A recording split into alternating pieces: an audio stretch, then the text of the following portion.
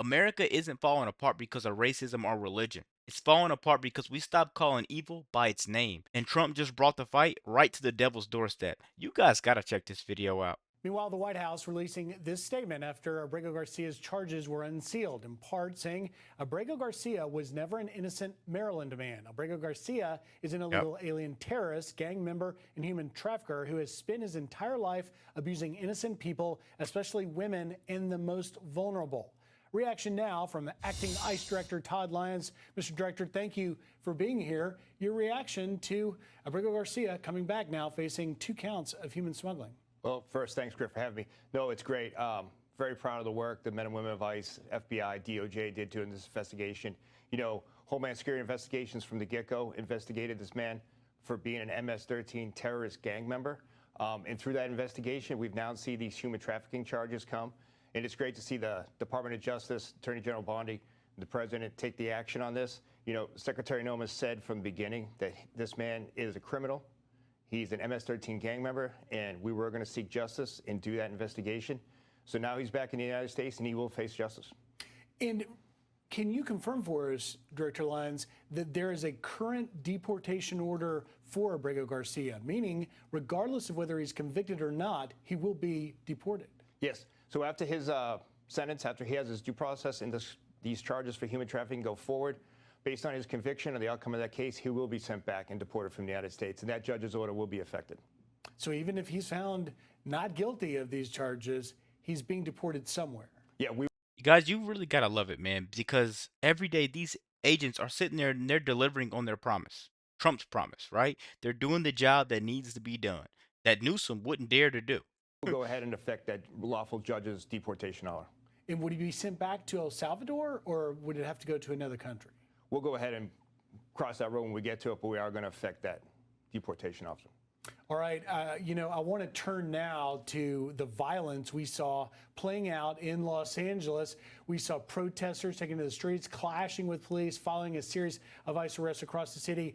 The mayor, Karen Bass, responding to those arrests in a letter to residents last night, saying in part, these tactics sow terror in our communities and disrupt basic principles of safety in our city. It makes people fearful to attend school, workplaces, houses of worship, community spaces, and so much more. After I learned of the reported immigration enforcement actions today, I went out to see for myself. I was on the ground speaking with families who have been impacted and community leaders. I told them that LA will always stand with them and stand for what's right. What's your reaction to the mayor who says How can she sit there and say they're gonna stand for what's right? What are you guys thinking that Karen Bass is over there standing for? Because as of right now, they're throwing electric scooters over their cops. They're doing everything they can to protect something that's illegal. I mean, that the proof is in the pudding. This is getting outrageous. she's not going to stand for this? It's absolutely disgusting. I can't believe that an elected official would say that.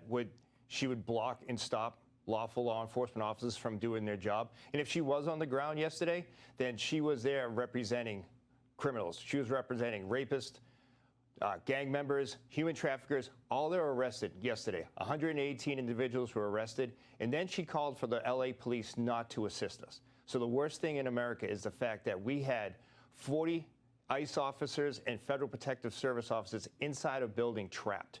So we're in a major U.S. city, and we have law enforcement officers trapped, surrounded by over 1,000 protesters, and the LAPD would not respond to help those officers in their time of need.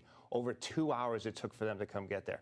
And Mayor Bass blocked those law enforcement officers from coming and helping my officers and agents. It's absolutely disgusting and shouldn't happen in the United States. And it comes on the heels, Director Lyons, of the San Diego City Councilman, Sean Elo Rivera, putting terrorists across a picture of some of your officers carrying out a raid, saying that the public should, quote, fight back. Are we headed on a dangerous trajectory here? 100%. I think we are. And it's this rhetoric of elected officials that are putting ICE officers and agents in danger every day. Secretary Noem has made it clear. She was not going to stand for this. The president's administration is not going to stand for this. If you make threats against ICE officers or other federal law enforcement officers, you will be held accountable. Whether you're an elected official or you're someone on the street, if you have a criminal act and you threaten law enforcement officers, then we will take action against you. You've also now got calls from everybody from Boston's Mayor Michelle Wu to now the House Minority Leader Hakeem Jeffries calling for unmasking, essentially doxing your agents and officers. Here's a little bit of what Jeffries had to say. Listen here. Every single ICE agent who's engaged in this aggressive overreach and are trying to hide their identities from the American people will be unsuccessful in doing that. This is America. Really quick, guys. They were fine with the BLM riots, all types of riots, people raiding stores, destroying small businesses, all types of businesses, black-owned businesses, you name it. They destroyed it, and they had a mask on. But they weren't sitting there saying, "We're going to identify these people. We're going to go out. We're going to make a task force to arrest these people." These people are defending the illegals that are coming here, smuggling kids, smuggling drugs. You already seen what Abrego Garcia was doing. You already seen how many extra seats he added to his van and the under compartment he added to his car to smuggle guns. I mean, what is really going on here? It doesn't seem like the Democrats are for the American people. It honestly seems like they're out for themselves. They're trying to get Trump out of there so they can keep smuggling money because he has his Doge team. Even if Elon Musk isn't a part of it, he still has his Doge team and they're still investigating where this money is going. This is So crazy. not the Soviet Union, and every single one of them, no matter what it takes, no matter how long it takes, will of course be identified. What does that do to your officers and agents? Well, that makes them afraid for themselves and their family. So ICE agents wouldn't have to wear masks if rhetoric that calls for them to be doxxed isn't out there.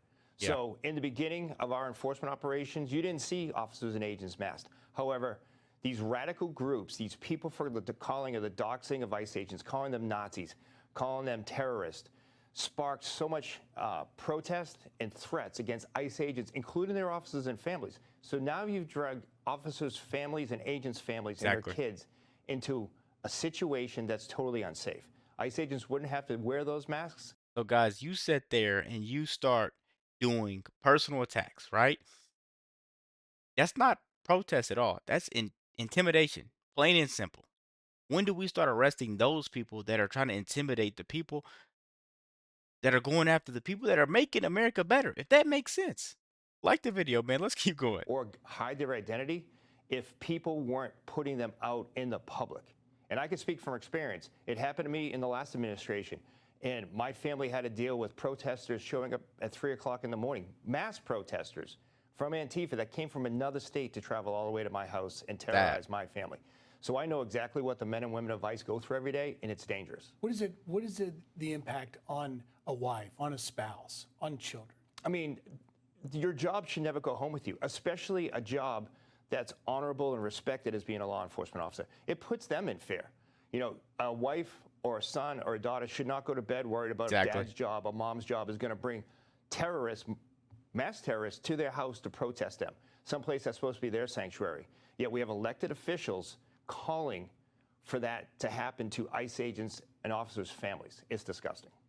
I want to ask you, Director Lyons, you just had this week record arrest days. You had over 2,300 on one day, followed up a 2,200 arrest days. You're going after literally the worst of the worst criminals. But what keeps Todd Lyons up at night? Honestly, what keeps me up at night is the fact of the men and women of ICE who I represent. We are going after some of the most dangerous, hardened criminals in the U.S., unknown people that came in under the last administration, more than 10 million that we don't know about. They're actual terrorists out there. And the safety of the men and women of ICE is my top priority, along with the safety of everyone in the United States. We just had an Al-Qaeda member arrested in Philadelphia.